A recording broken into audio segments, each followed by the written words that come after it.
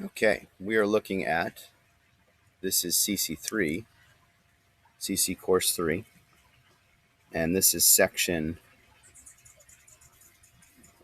2.1.7, and it's number 264. Okay, so let's see if I can get that. There we go.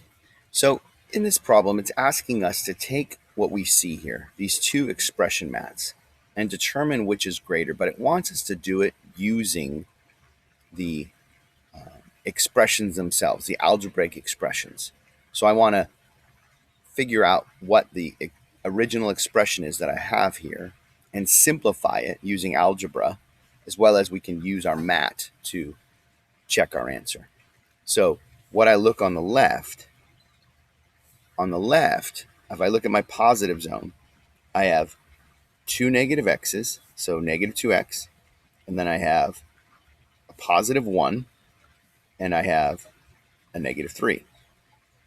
And then on the bottom, that's all minus the quantity, a negative x, and a positive 3. So that's what I have on this left side here. So I'm going to go ahead and simplify that, and then I'll take a look at the right. So I'm going to simplify this. So I can combine like terms here, but I also have this minus quantity here. So I have to distribute that minus. Remember, a minus is the same thing as adding a negative. So I'm taking that negative and I'm multiplying it, or creating the opposite of each of the terms inside that parentheses. So I'll rewrite negative 2x plus 1 plus negative 3, and then this becomes plus what? A negative x becomes a positive x, and then plus a negative 3. So now I can combine like terms. Let's start with my x's. A negative 2x and a positive 1x gives me a negative 1x. And I can write it with the 1 or without the 1. So negative 1x. And then I look at my numbers. I have a positive 1, a negative 3, and a negative 3. Positive 1 and negative 3, that would be negative 2. So together, those are negative 2. And then I now combine it with that negative 3 to be a negative 5. So I have negative 1x plus negative 5. If I want to rewrite that, this is really negative x minus 5 is what I have on the left side. That's the simplified version of the left. On the right, let's see what we've got on the right. On the top, I have positive 2 plus a negative 3. And on the bottom, remember, bottom is minus the quantity. What's in my parentheses here? The quantity on the right is a positive x plus a negative 2.